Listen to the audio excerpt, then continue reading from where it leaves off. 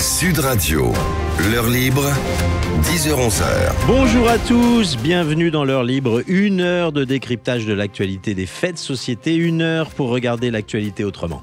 Dans la deuxième partie de l'émission, on va revenir sur les élections américaines. Après le premier débat opposant Donald Trump à Joe Biden, c'est la grande confusion. Joe Biden semble perdre ses moyens, semaine après semaine, sa santé physique préoccupe, mais y a-t-il un plan B pour les démocrates? Le magazine Times titrait la panique pour résumer la situation. Alors la victoire de Donald Trump est-elle vraiment une certitude à ce stade? On en reparle tout à l'heure. Mais tout de suite, nous rejoignons Enda Ayari et Maître Jonas Haddad. Bonjour à tous les deux. Nous sommes ensemble pour parler de l'affaire Ramadan. Tariq Ramadan, accusé de viol, sera bien jugé. La Cour d'appel de Paris a décidé jeudi 27 juin de renvoyer l'islamologue devant la Cour criminelle départementale pour des viols de 3 femmes, dont vous, Enda Ayari, mais a écarté le cas d'une 4e femme qui se disait abusée. Maître Haddad, c'est un tournant important pour les victimes présumées. Vous m'entendez ?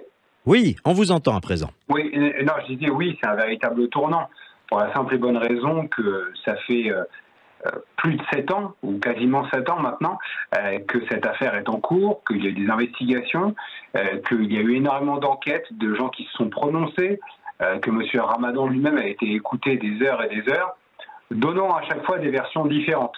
Ouais. Donc à un moment, il était nécessaire que la justice puisse trancher. Ce qui s'est passé, c'est que la justice avait déjà décidé de renvoyer M. Ramadan devant la Cour départementale criminelle. Ça avait déjà été le cas.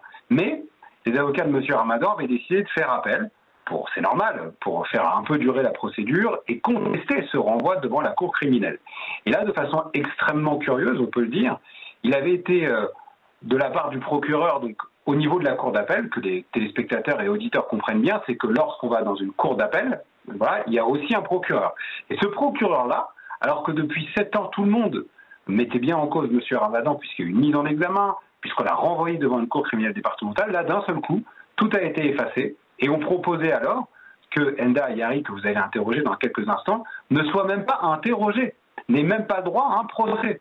Et donc, ce pourquoi nous nous sommes battus, avec mon confrère Kaminski, c'était de faire en sorte qu'il puisse y avoir au moins un procès, parce que Enda n'a jamais varié dans ses versions, alors que M. Ramadan a présenté plusieurs versions et a menti à tous les enquêteurs et experts depuis le départ de cette affaire. Donc c'est extrêmement important que la Cour d'appel ait décidé ça, parce qu'enfin, on sort de la spirale, d'ailleurs, je dois le dire, où les gens ne comprennent plus grand-chose. La seule chose qu'ils ont à retenir maintenant, il y aura bien un procès Ramadan contre Mme Ayari. Alors, Enda Ayari, comment avez-vous accueilli la nouvelle de ce procès? Vous nous aviez fait part, il y a quelques semaines, de vos inquiétudes. Vous étiez préoccupée et vous étiez évidemment demandeuse d'avoir la possibilité de vous exprimer, comme vient de l'exprimer Monsieur Haddad. Oui, en fait, je rappelle que j'ai déposé plainte en octobre 2017. Donc, ça fait déjà plusieurs années. Et c'est vrai que, voilà, ça fait 7 ans. Et c'est vrai que depuis 7 ans, il faut dire que moi, j'étais à bout de souffle. Parce que déjà, c'est très long. L'enquête a duré très longtemps. Et c'est vrai que l'été dernier, on m'a annoncé que les différents juges d'instruction ont décidé d'un commun accord qu'il allait y avoir un procès. Donc j'ai été soulagée et puis à ma grande surprise, j'ai appris au mois de mars que finalement rien n'était sûr. Voilà, un magistrat a décidé qu'il n'y aurait pas de procès me concernant. Voilà, donc c'est vrai que moi je partais défaitiste parce que je me suis dit après tout ce temps. Voilà, j'y croyais plus vraiment. Je gardais un peu d'espoir, mais j'y croyais plus vraiment. Et c'est vrai que j'ai été vraiment très surprise. Je m'attendais pas à cette décision. Alors, justement, comment je l'ai vécu vraiment comme un soulagement, en fait. Ouais. Vous sortez, on le sent à votre voix, vous sortez très éprouvé de cette période d'attente de ce procès. Racontez-nous un peu le calvaire que vous avez vécu pendant toute cette attente. Bah en fait, moi, depuis le départ, faut savoir que je savais que ce serait difficile. Si je dénonçais mon agresseur, je savais que ce serait très compliqué pour moi, mais je pensais pas que ce serait aussi long et aussi violent. Euh, voilà, je peux dire que j'ai subi 7 ans de cauchemar, 7 ans ça a été des représailles. Bon, j'avais été prévenue au départ que c'est vrai qu'il y a plusieurs femmes, enfin, j'en ai parlé avec plusieurs femmes, dont certaines qui m'ont contacté, qui ont également été victimes et qui n'ont pas voulu porter plainte parce que effectivement elles avaient peur des représailles. Et c'est vrai que moi je m'attendais pas à vivre un tel cauchemar depuis 7 ans. C'est bah, des persécutions permanentes, c'est du harcèlement, des menaces de mort, des insultes. Enfin, je vivais entre parenthèses quoi. Ma vie c'était un enfer. J'étais en mode survie. Hmm. Il faut savoir qu'en fait, j'avais l'impression, en portant plainte contre un homme, j'avais l'impression de me confronter à une machine de guerre en face, à des gens qui étaient très organisés, des gens qui étaient, voilà, qui sont puissants en fait. Hmm. Et c'est vrai que bah, c'est un peu le pot de fer contre le pot de terre, quoi. Et c'est très dur quand on est une femme. Et c'est vrai que je m'accrochais à la justice. Et, et Je dois dire que j'ai pas senti du tout que j'ai été protégée par la justice. oui, en particulier, vous avez vu, vous estimez que les conseils de Tariq Ramadan lui-même, ont vraiment tout fait pour détruire votre réputation. C'est-à-dire qu'on n'a pas pris de ce côté-là au sérieux vos déclarations et on a tout fait pour les salir. Bah en fait, dès le départ, moi, je me souviens quand j'avais porté plainte dès le départ, la première action de Tariq Ramadan, c'était de publier sur les réseaux sociaux qu'il s'agissait d'un complot. Et il a évoqué le terme sioniste. Donc il Hmm. disait c'est un complot sioniste, c'est un complot politique, etc. On a même dit que vous aviez été payé par des juifs pour abattre Monsieur Ramadan. C'est Tout ce qu'on à fait. lisait à Alors l'époque. voilà, depuis le départ, moi, je m'attendais pas du tout à ça. En fait, on m'a dit que j'ai reçu des centaines de messages, de menaces de mort, d'insultes, de gens qui disaient que j'étais un agent du Mossad, que j'étais payé par les sionistes, enfin, que tout ça, c'était une machination et que j'étais une mythomane. Donc Hmm. moi-même, j'ai été victime d'attaques et d'insultes antisémites alors que je ne suis même pas juive. Hmm. Et c'est vrai que ça a été l'enfer, puisqu'après, ben, on a sali ma réputation, on m'a fait passer pour une mythomane, une folle, une prostituée aussi. Donc, il a été raconté que j'étais une prostituée. Et puis leur stratégie, c'était de salir les plaignantes, que Ouais. ce soit moi ou les autres, et de nous décrédibiliser, quoi. C'est-à-dire qu'en fait, sur les réseaux sociaux, ou que ce soit même par le biais de ses avocats, le but, c'était complètement nous salir, nous Ouais. décrédibiliser, nous Alors, faire passer pour on juste, m'a fait passer pour une femme qui harcelait des hommes. ouais. Enfin, on a Alors, sali complètement ma réputation et ça a été dur pour moi de le bien sûr, vivre. bien sûr. Alors, Maître Haddad, vous dites que toutes ces accusations qui ont été portées contre Enda Ayari, c'est un contre-feu, c'est une manière d'organiser de façon assez déloyale, je dirais, mais de préparer sa défense, quoi, en quelque sorte. En fait, M. Ramadan n'a pas une défense qui est juridique. M. Ramadan, il a une défense qui est politique et il a toujours fonctionné comme ça. C'est-à-dire qu'en gros, au lieu de parler des faits, de ce qui lui est reproché, et nous, à aucun moment, nous n'avons fait de la politique dans le cadre de cette affaire, il a essayé de mettre ça sous l'angle du complot. D'ailleurs, ce que disait Enda à l'instant a du sens, puisque récemment encore, lorsque Enda Ayari a pris une position qui n'a rien à voir avec l'affaire Ramadan, il a encore une nouvelle fois fait un tweet en disant « Ah, vous voyez bien, puisqu'elle prend cette prise de position, c'est qu'en réalité, tout ça a été organisé. » Deuxièmement, ces avocats qui se sont succédés, il y a eu plusieurs avocats, il y a eu plusieurs équipes d'avocats depuis que le dossier a commencé, ont tous de façon constante évoqué une thèse, c'est que les différentes femmes qui se plaignent de ça étaient toutes des agents payés. D'accord? Donc on est quand même, au-delà du complotisme, on est vraiment dans le film de science-fiction. Hmm.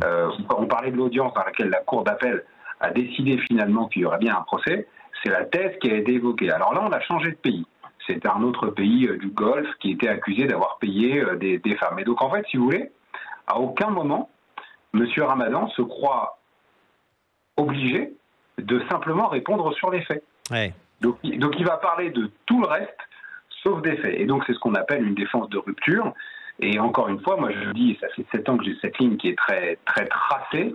Nous ne ferons jamais de politique. Le seul objectif, c'est de faire reconnaître les femmes qui ont été agressées.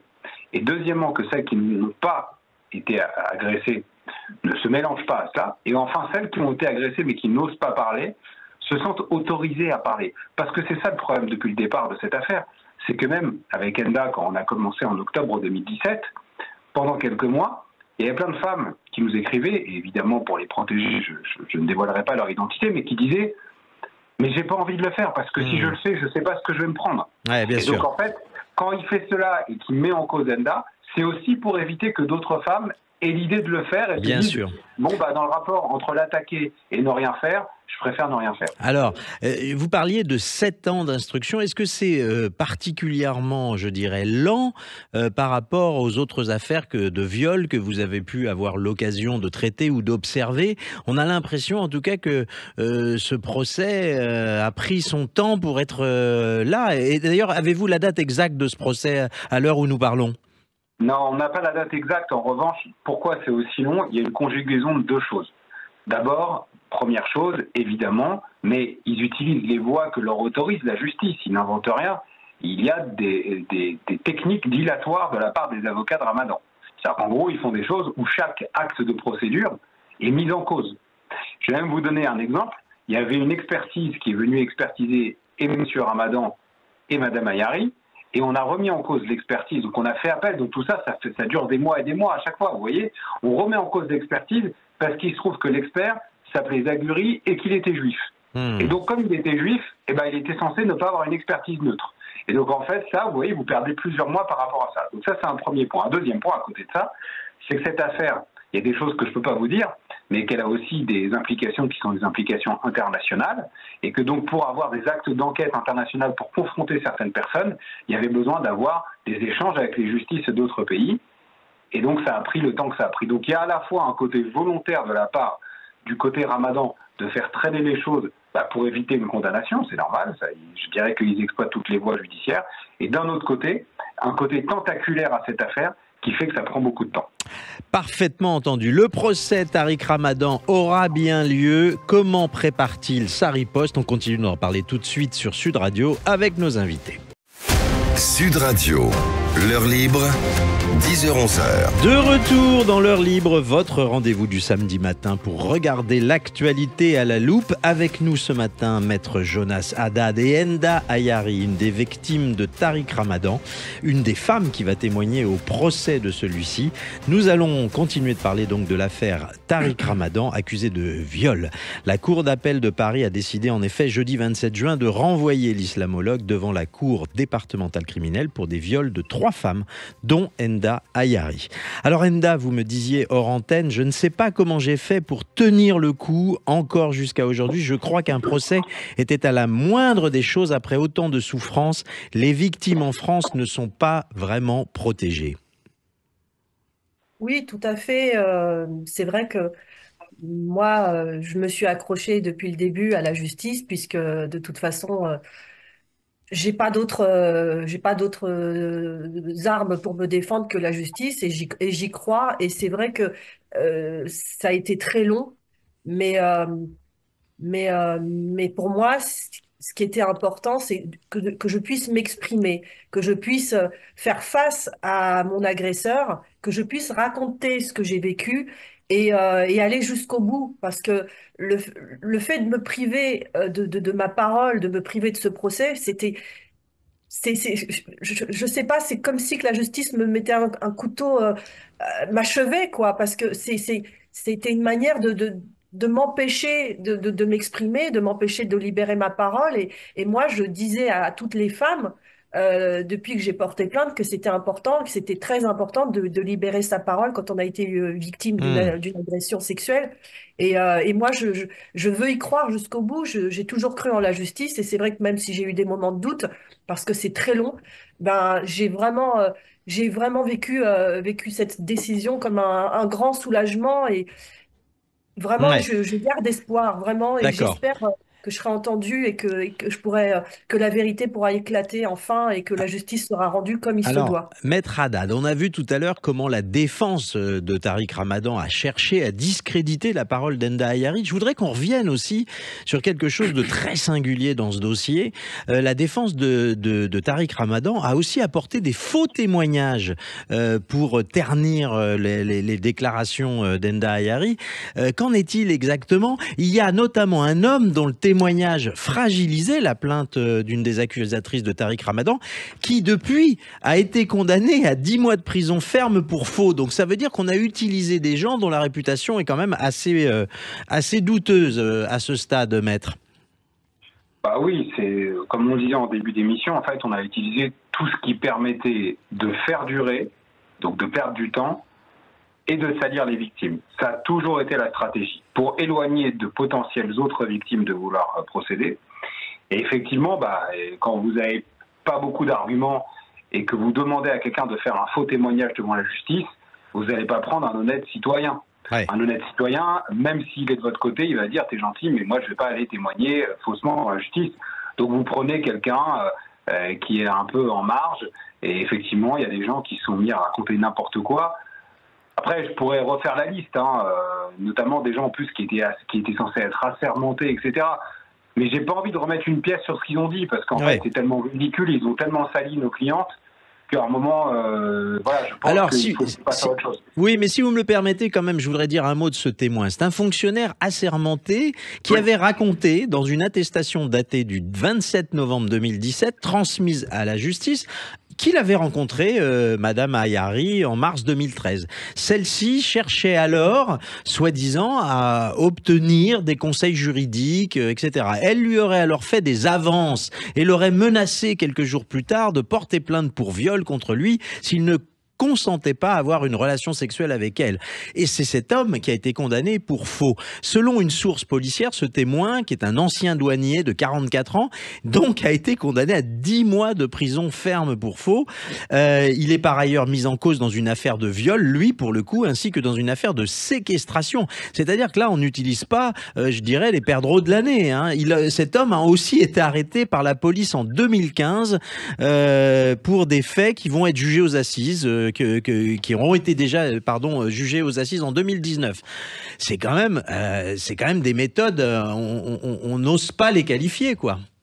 C'est comme dans les films mafieux, on utilise toujours les gens qu'on tient le plus pour pouvoir les embarquer dans un truc que normalement personne d'autre n'aurait accepté. Et vous aurez remarqué que dans le scénario qui a été décrit concernant Enda, c'est exactement le même scénario inversé, si vous voulez, que Ramadan veut mettre en cause, en disant qu'elle aurait aussi demandé des conseils et que sous la menace de Enda, des faveurs sexuelles auraient été accordées. Mais je veux dire, c'est exact. On a l'impression d'un conte pour enfants. C'est ça qui m'étonne d'ailleurs parfois dans la position de la défense dans le dossier, c'est que je pense qu'ils prennent vraiment les magistrats et les médias pour des cons. Voilà. Ils pensent vraiment qu'ils peuvent manipuler les gens avec des ficelles, mais qui sont énormes, quoi. Voilà. Ouais. Alors, à propos de médias, il y a quand même un média qui a joué un rôle, je dirais, un peu particulier dans cette affaire. Il s'agit de Mediapart, fondé par Edoui Plenel. Et là, on a un cas caractéristique d'utilisation de la presse, Thomas Ranoux. Oui, alors, bon, vous le savez, Stéphane, le rôle d'un journaliste, en principe, c'est d'être curieux, d'enquêter, de décrypter, éventuellement de révéler. Mais il arrive parfois que pour des raisons idéologiques, les journalistes sortent de leur rôle, ils soient particulièrement complaisants à l'égard de gens peu fréquentables. Je vais vous dire, Stéphane, c'est de cette manière que Tariq Ramadan a pu se faire une place dans la sphère médiatique pendant plusieurs années. Et donc, comme vous l'avez mentionné, il y a un journal que j'aimerais particulièrement mettre en avant dans cette opération, c'est Mediapart, et surtout son fondateur, Edoui Plenel. Alors, il faut dire que les deux hommes ont participé à plusieurs conférences communes. Je pense notamment à celle de l'Institut du monde arabe en septembre 2014, puis en janvier 2015, peu après les attentats de Charlie Hebdo, une époque lors de laquelle il qualifiait Tariq Ramadan d'intellectuel respectable. Un an plus tard, en 2016, il a publié un billet dans lequel il expliquait que de ne pas priver le théologien de parole publique était une question de principe. On peut aussi ajouter que sur son site, Mediapart a hébergé un certain nombre de commentaires fallacieux Des commentaires et des blogueurs, Thomas. Tout à fait, de détracteurs de Enda Ayari. Alors, ceci dit, évidemment, Mediapart n'est pas le seul média à avoir ménagé l'islamologue. On peut parler aussi de Libération, par exemple. Et depuis plusieurs semaines, on constate qu'il y a peu de médias qui suivent l'affaire. Peut-être, on l'espère, seront-ils plus nombreux lors du procès. Alors, Maître Haddad, comment vous expliquez cette espèce de cécité ? Il y a le journal Le Monde, quand même, qui parle de ce procès à venir, mais d'une manière générale, on ne peut pas dire que ça passionne la sphère médiatique, alors que, pour le coup, Tariq Ramadan est une personnalité très connue du grand public. Alors je dirais que ça l'a beaucoup passionné au départ et qu'après la problématique qu'on a, c'est que beaucoup de médias sont orientés politiquement et que la mise en cause du personnage Tariq Ramadan, je ne dis pas de l'homme Ramadan, leur pose problème. Vous savez, il y a encore peu de temps, Edgar Morin, qui est quand même censé être un intellectuel reconnu, notamment à gauche, signait encore des papiers pour dire que Tariq Ramadan était totalement innocent. Et disait que c'était des procès politiques. Et donc, en fait, pour certains idiots utiles de la gauche anticolonialiste, comme il s'appelle, en fait, ce n'est pas possible. C'est pas de la cécité. Donc, toute une partie de la sphère médiatique qui est reliée à cet écosystème-là vous dit, mais non, mais ce n'est pas possible. C'était tellement pour eux une incarnation de ce qu'ils imaginent, c'est-à-dire, en gros, une capacité à faire en sorte que même les thèses les plus folles, parce que je rappelle, je ne vais pas rentrer dans la théologie, mais que M. Ramadan est lié à des mouvements théologiques qui sont très durs, et ben cela était compatible avec notre démocratie française, et donc pouvoir remettre en cause l'idole, c'était impossible pour eux. Voilà comment j'explique la cécité d'une partie des médias. Alors, Enda, je profite de votre présence pour vous demander si vous êtes prête à présent pour ce procès qui se profile. Alors, tout d'abord, je voudrais rajouter quelque chose. Je vous en prie. C'est quelque chose qui vraiment qui m'a fait beaucoup de mal, c'est le manque de soutien d'associations féministes. Vous avez raison. J'ai vraiment cru que moi et les autres plaignantes, nous allions être soutenus par des associations féministes. Et au bout de 7 ans, le constat, il est négatif, il est décevant. J'ai d'ailleurs hier fait un tweet pour alerter Clémentine Autain qui, il y a quelques jours, est passée sur l'émission C'est à vous, où elle expliquait que son combat, elle menait un combat féministe contre le viol. Et donc, je lui ai posé la question, pourquoi je n'ai jamais reçu un seul mot de soutien de sa part. de votre part. Je ne comprends pas, quand on se dit féministe, pourquoi ne pas soutenir les victimes de Tariq Ramadan. Oui, on a l'impression qu'il y a un féminisme à géométrie variable, c'est ce que vous voulez dire. Oui, tout à fait. Je comprends pas pourquoi ce silence quand. Alors j'ai posé la question. Est-ce que pour bénéficier du soutien d'associations féministes ou de femmes qui se disent féministes comme Clémentine Autain, est-ce que l'agresseur doit être blanc et non musulman? C'est la question que je me suis posée. D'accord. Merci Enda. Je voudrais profiter de la présence de Maître Haddad aussi pour lui demander des nouvelles de l'imam Chalgouni. Alors, c'est pas exactement la même affaire, mais vous avez décidé de porter plainte, j'ai vu ça cette semaine, contre les rappeurs qui s'en sont pris à lui dans un clip anti-RN. Oui, alors à la demande de mon client, l'imam Chalgouni, on a déposé plainte. Alors pourquoi on a déposé plainte? En tout cas, pourquoi on a fait le signalement auprès du procureur avant le dépôt de plainte? C'est très simple. D'abord parce que c'est une chanson qui est censée être contre le RN et on comprend absolument pas ce que vient faire l'imam Chalgouni dans cette chanson. Ouais. A priori, il n'est pas adhérent du RN, ce serait compliqué. Il n'a jamais parlé de proximité avec le Rassemblement national.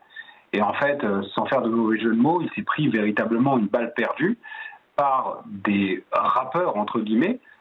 Mais la problématique, c'est que ce ne sont pas n'importe quel rappeur.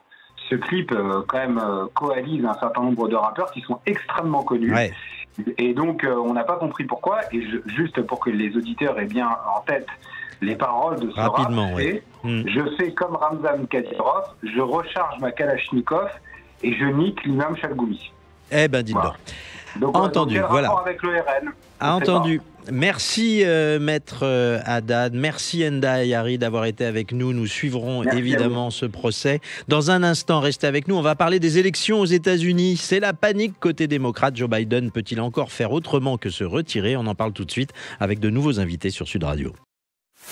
Sud Radio, l'heure libre, 10h-11h. De retour dans l'heure libre, votre rendez-vous du samedi matin sur Sud Radio pour regarder l'actualité à la loupe. Avec moi, Gérald Olivier, ancien rédacteur en chef de Spectacle du Monde, journaliste franco-américain que l'on aime recevoir dans l'heure libre, et Jean-Éric Brana, maître de conférence à l'Université d'Assas et chercheur au Centre de Relations internationales Thucydide, évidemment spécialisé dans la politique et la société américaine. Bonjour à tous les deux. Bonjour. Alors, vous avez vu qu'il y a les élections législatives en France. Il est donc réglementaire de ne pas parler politique, mais nous avons tout loisir de parler des élections américaines et ça tombe bien. Car si les élections françaises sont particulièrement singulières, on ne peut pas dire le contraire des élections américaines qui sont absolument inédites, n'est-ce pas Gérald Olivier? Alors, elles sont totalement inédites dans leur déroulement. Parce qu'au départ, on avait des choses relativement simples, pas tout à fait inédites, mais assez originales, parce qu'on avait deux présidents qui allaient être face à face. C'est-à-dire le président Biden, président sortant, et puis Donald Trump, qui a été président juste avant. C'est déjà arrivé une fois dans l'histoire américaine, à la fin du 19e siècle, donc ça n'aurait pas été totalement inédit, mais c'était quand même relativement original, et c'était très intéressant, parce qu'on avait l'occasion de mettre deux présidents, chacun avec son bilan, et puis les électeurs jugent celui qu'ils préfèrent. Donc les choses étaient relativement simples. Et puis la donne était totalement inversée, parce que a émergé progressivement un problème que tout le monde connaissait, mais prétendait ne pas voir, celui de l'âge. Ouais. Et de la condition intellectuelle et physique du président sortant, Joe Biden. Et aujourd'hui, début juillet, à quelques mois de l'élection, c'est devenu le sujet principal. Ça devient un référendum sur l'âge. Alors, ils sont tous les deux, ils sont pas si éloignés que ça dans l'âge, mais il y en a un qui donne quand même des signes de fatigue que l'autre ne donne pas. Oui, c'est pas uniquement une question d'âge, mais c'est une question de capacité cognitive, comme on dit. Et celle de Joe Biden, manifestement, s'affaiblissent. Et on a pu constater cet affaiblissement depuis 2020. Donald Trump, il a juste 4 ans de moins, 78. Par contre, c'est pas du tout le même modèle d'énergie, ni la même capacité, je dirais, à travailler et s'exprimer. Donc c'est devenu un vrai problème. J'ai déjà souligné. Hein, mais Ah oui, ici, vous êtes venu plusieurs fois nous dire que la santé était en train de décliner de façon assez spectaculaire. Jean-Éric Brana, vous aussi, vous jugez que ces élections présidentielles sont assez inédites et incroyables? Même constat pour les mêmes raisons. C'est vrai que d'avoir deux présidents, l'actuel et le précédent, c'est du jamais vu. Et c'est vrai que ça donnait un intérêt fort au début de la campagne qui est vite retombé parce qu'on a compris que chacun se mettait dans son couloir et que les électeurs repartaient eux-mêmes, chacun dans leur couloir, les républicains chez les républicains, les démocrates chez les démocrates, à tel point que dès le mois de fin janvier, on savait déjà ce qui allait se passer sur la suite. D'ailleurs, depuis fin janvier, les sondages ne bougent plus, quoi qu'il arrive. Et il en est arrivé des choses, il faut dire, où ceux qui n'étaient pas avertis de cette spécificité pensaient que ça allait faire des rebondissements. Or, désormais, les rebondissements n'ont plus lieu puisque 95% des électeurs dans chacun des camps savent déjà pour qui ils vont voter. Et donc, il s'agit maintenant d'aller chercher ces 5% de chaque côté, peut-être qui iront d'un seul côté pour pouvoir faire la différence. Autrement dit, ce sera très serré et avec quand même un avantage à Donald Trump assez clair actuellement.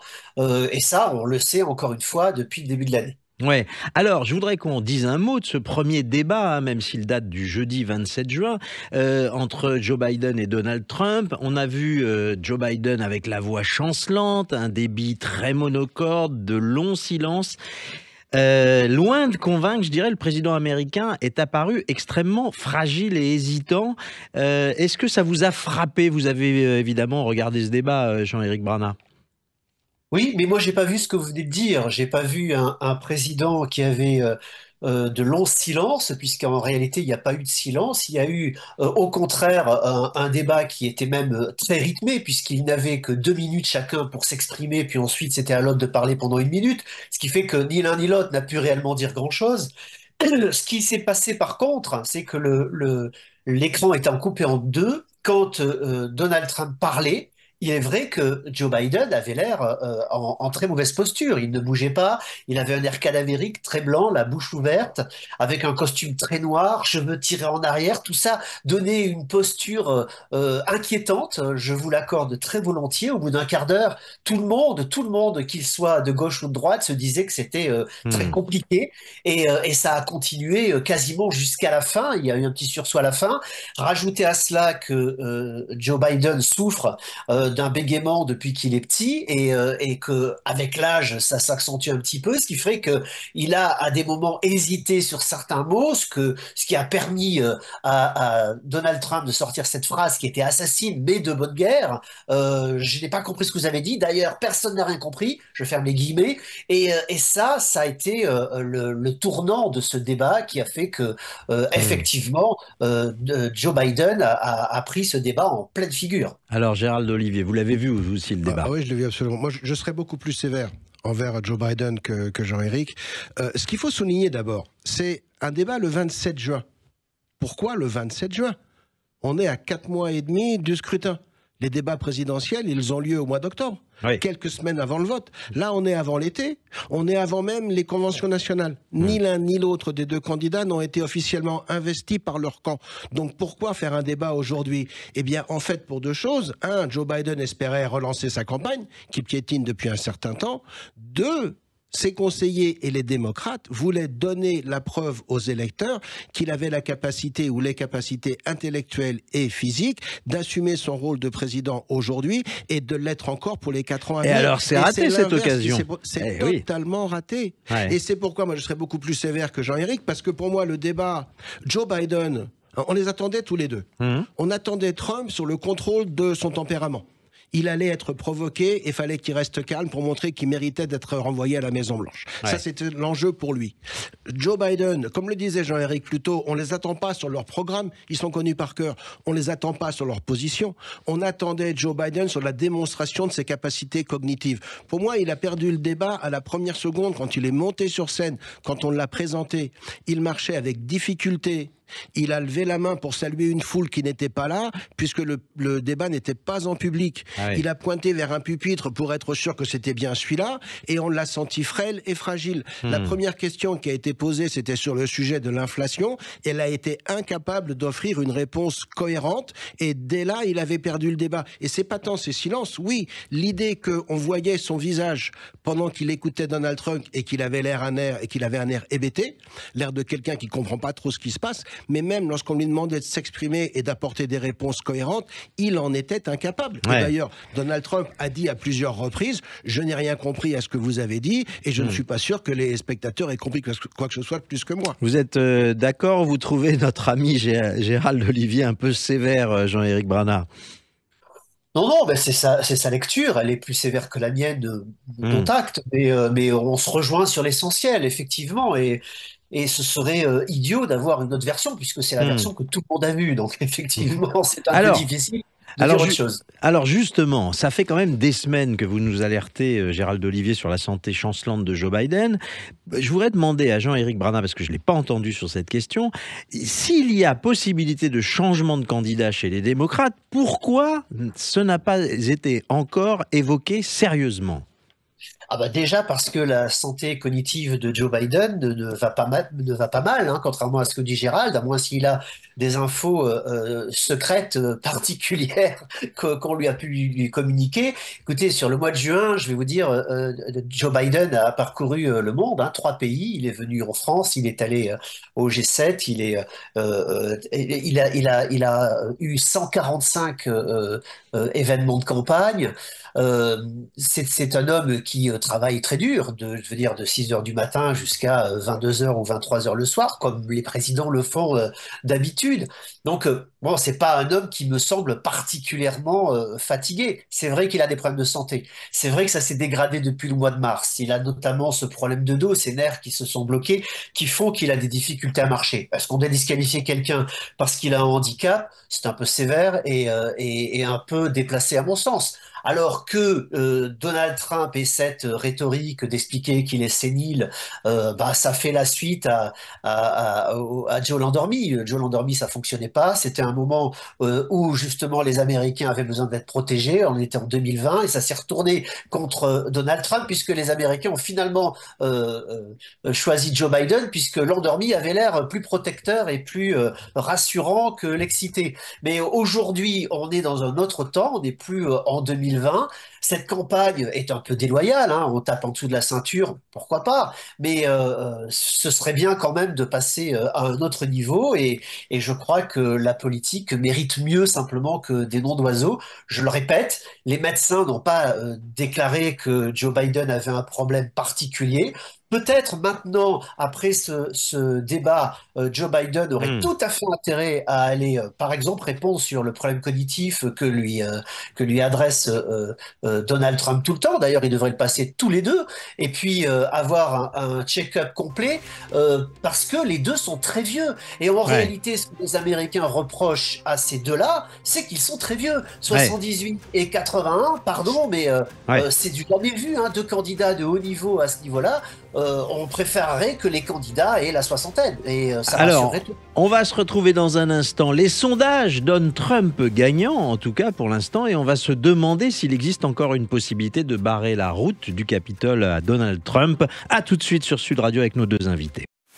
Sud Radio, l'heure libre, 10h-11h. De retour dans l'heure libre sur Sud Radio, votre rendez-vous pour regarder l'actualité à la loupe. Je suis toujours en compagnie de Gérald Olivier, journaliste franco-américain, ancien rédacteur en chef de Spectacle du Monde, et Jean-Éric Brana est avec nous, maître de conférence à l'Université d'Assas, chercheur au Centre de Relations Internationales Thucydide et spécialisé également dans la société et la politique américaine. Alors, ensemble, nous revenons sur les derniers développements des élections américaines. Nous le disions, le premier débat entre les deux candidats à la présidentielle, Joe Biden, Donald Trump, a tourné plutôt à l'avantage de ce dernier, au point, et c'est ça qui est intéressant, que la presse américaine, qui est plutôt de sensibilité démocrate, comme le magazine Times, a fait son gros titre en parlant de panique chez les démocrates.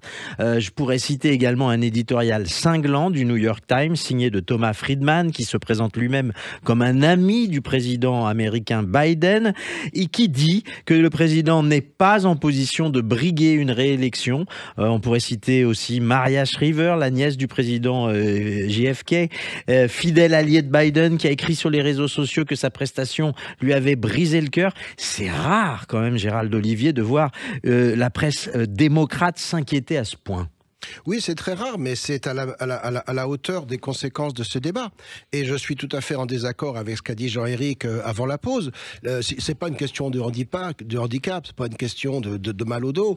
C'est véritablement c'est même pas une question d'âge. Et d'ailleurs, ni l'un ni l'autre ne sont très vieux. Regardez de par le monde, il y a des chefs d'État qui sont beaucoup plus âgés que tous les deux et qui se portent très bien. C'est une question de capacité mentale et physique et d'un vieillissement qui n'est pas le même pour les deux personnages. Mais ce qu'il faut bien souligner, c'est que depuis plusieurs années, il y a une forme de déni de la part des démocrates, déni à laquelle la presse participe, sur justement la réalité de ce déclin cognitif du président. Et ils refusent d'accepter les signes de cette réalité.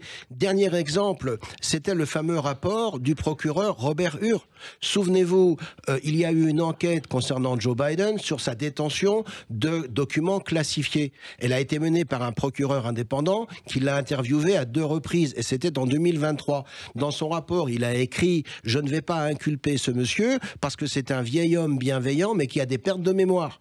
Et il a souligné combien, lors de ses entretiens, Joe Biden avait de la difficulté à se souvenir d'événements récents. Il ne savait même plus si son mandat de vice-président s'était achevé en 2013 ou en 2017. C'est très grave. Et donc ça, c'était pas du tout caché. Simplement, les démocrates prétendaient que c'était un procureur qui avait un point de vue, je dirais, tendancieux, et on a voulu nier la réalité.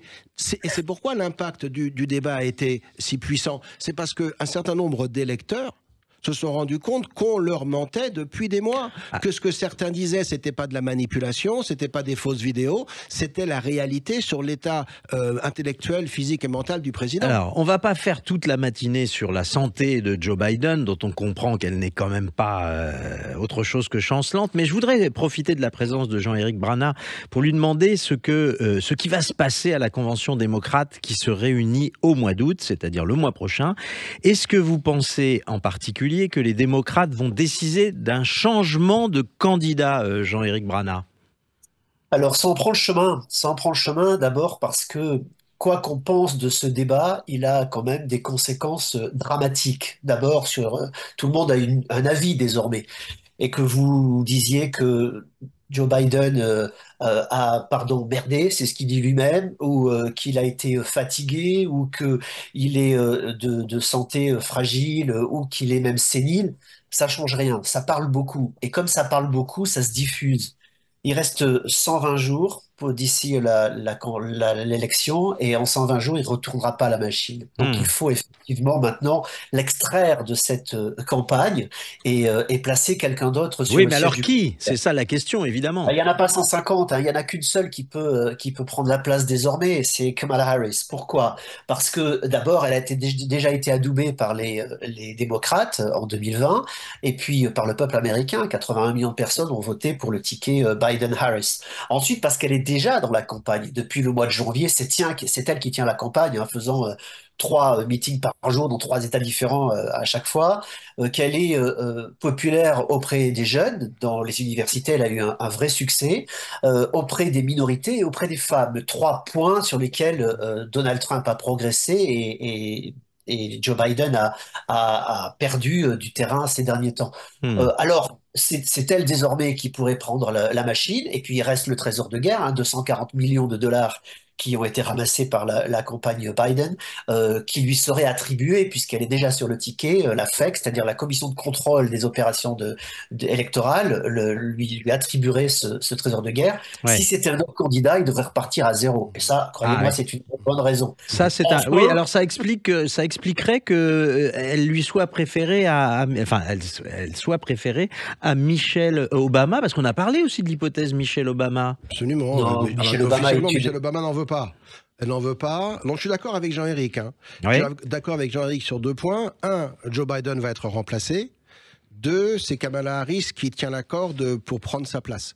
Mais il paraît que les sondages sont pas terribles pour elle. Non, mais elle est la successrice logique, parce qu'elle est numéro 2 sur le ticket, qu'en effet elle est déjà impliquée dans la campagne, qu'elle aurait accès à la cagnotte.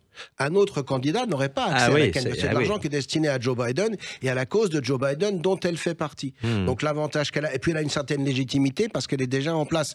Après, ce qu'il faut bien comprendre dans ce cas de figure, c'est que tout dépend de Joe Biden lui-même. C'est-à-dire que s'il veut pas se retirer, il se retire pas et les démocrates sont coincés. Ah oui. Parce que l'autre option, ce serait le 25e amendement, invoquer son incapacitation, c'est beaucoup plus complexe, ça demande un vote du Congrès, c'est beaucoup plus long, ça mettrait le parti en crise. Il serait très nettement préférable pour les démocrates de faire entendre raison à Joe Biden, et pour moi, ils ont 15 jours pour le faire. Parce que l'événement qui va venir maintenant, c'est en fait la convention républicaine. Elle va avoir lieu du 15 au 18 juillet. Ce sera une formalité là pour le Trump. Oui, mais c'est surtout Trump va se choisir un vice-président ou une vice-présidente. Il va occuper l'actualité. Et je pense que les démocrates ne vont pas chercher à faire concurrence à cette actualité. Par contre, dès qu'elle sera passée, on vous indiquera que Biden sortira, qu'il sortira au profit de Kamala Harris. Peut-être même pourrait-il choisir de démissionner. Ah oui. Elle deviendrait présidente et elle aurait cette imprimature supplémentaire pour affronter Donald Trump. Et là, il n'y a pas de crise politique du tout. On est dans une succession. Un président peut démissionner. Richard Nixon l'a fait dans d'autres circonstances, mais il l'a fait. Vous croyez à ce scénario aussi, Jean-Éric Brana? Non, je ne crois pas à ce scénario. En revanche, je suis d'accord sur le premier. Je pense que ça va se passer après la convention républicaine, et il faut que ça se passe d'ailleurs très rapidement derrière, parce que ce n'est pas la convention démocrate désormais qu'on est en ligne de mire, mais c'est la date du 5 août, parce qu'il se trouve que ces élections américaines se décidant dans les États, il y a l'écueil de l'Ohio qui a obligé les Ça a été partis repoussé, à avoir... Jean-Éric. Ça a été repoussé au 1er septembre. Le gouverneur, je sais de quoi vous parlez, le gouverneur a repoussé l'échéance de sorte que c'est plus un problème. Les démocrates peuvent attendre la fin de leur convention. Ça a été repoussé au 1er septembre. C'est ce que le gouverneur veut faire, mais ça n'a pas été voté par l'Assemblée d'Ohio. Donc et c'est pour ça que les démocrates ont voté qu'il y aura une convention à distance pour le 5 août. Et il faut que ça se décide entre aujourd'hui et le 5 août. Bon, on va avoir aujourd'hui l'interview de Joe Biden sur ABC. Il espère pouvoir renverser un petit peu les foules avec cela en montrant qu'il est capable de tenir des interviews de premier plan. Il se trouve que là, c'est George Stephanopoulos, un journaliste aguerri. Et moi, je crois que ça changera rien. Le mal est fait. Mais en tout cas, il tente encore et encore de tenir. Seulement, il commence à être lâché par des élus qui ont peur de ne pas être réélus à cause du vent mauvais qui va accompagner cette candidature, à cause de donateurs qui croient effectivement que ça va être perdu. Et puis surtout, en ligne de mire, il y a la Chambre et le Sénat qui risquent d'être perdus dans la dynamique même de cette élection. Donc il y a énormément d'enjeux. Énormément d'enjeux. J'aurais envie de vous demander à tous les deux, si vous deviez parier sur la victoire d'un des deux camps, vous parieriez sur Donald Trump, j'imagine, plutôt Gérald Olivier. Et vous pensez que ça s'achemine vers quel score ? Alors, quel score, on va voir. Pour moi, Donald Trump a plus de chances de l'emporter. Moi, je lui donnerais 7 chances sur 10. Et pour moi, si Joe Biden reste candidat, ce ne sera pas une élection serrée. Ce sera un raz-de-marée. Parce que là, les sondages internes au Parti démocrate sont en train de montrer qu'on n'est plus à quelques swing states, à quelques États clés, 6 ou 7. Il y a un certain nombre d'États qui étaient supposés être acquis aux démocrates qui sont en train de basculer. Et donc, on se dirige vers une très large victoire de Donald Trump, avec potentiellement derrière, comme le soulignait Jean-Éric, le fait que la Chambre va rester républicaine, le Sénat va basculer républicain, et là, vous avez l'exécutif, le législatif et la Cour suprême qui sont avec les Républicains. C'est un trignon sans précédent. Jean-Éric Rana, vous misez, si vous deviez parier votre maison de campagne, si vous en avez une, non, j'ai pas de maison de campagne, mais je suis universitaire, hein, donc on va pas demander l'impossible quand même. C'est vrai, vous avez raison. Mais si jamais Joe Biden ne part pas, oui, je fais exactement la même analyse que Gérald. Avec, à l'arrivée, je crois aussi que certains États qui sont plutôt démocrates actuellement pourraient basculer. Il les a pas cités, mais on peut le dire. Il y a le New Hampshire qui est cité, il y a le Minnesota, il y a la Virginie, il y a peut-être même le Maine. Effectivement, ça pose de très gros problèmes puisqu'on voit qu'il y a des mouvements dans ces États-là. Et ce ferait moins de 200 délégués de grands électeurs, pour Joe Biden. Effectivement, on appelle ça un raz-de-marée. Maintenant, Kamala Harris devient la pilote, je pense exactement le contraire. Je crois qu'à ce moment-là, on aurait une campagne qui n'aurait plus rien à voir avec le vieux de la course qui serait Donald Trump. Et bien sûr, on lui retournerait tous les arguments qu'il a pu avoir sur Joe Biden.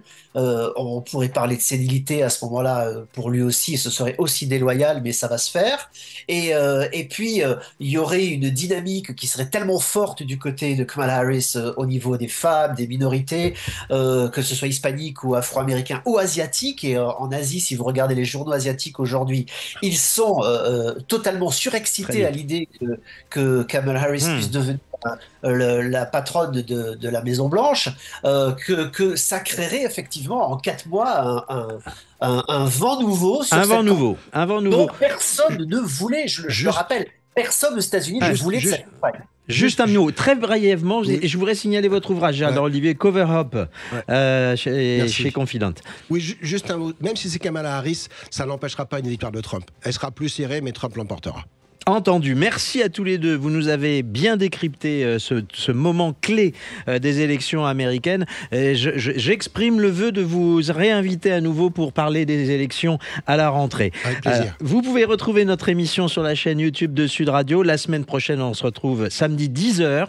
Tout de suite, c'est On parle auto avec Jean-Luc Moreau et Laurence Perrault. À tout de suite sur Sud Radio et merci à tous les deux et merci à nos éditeurs.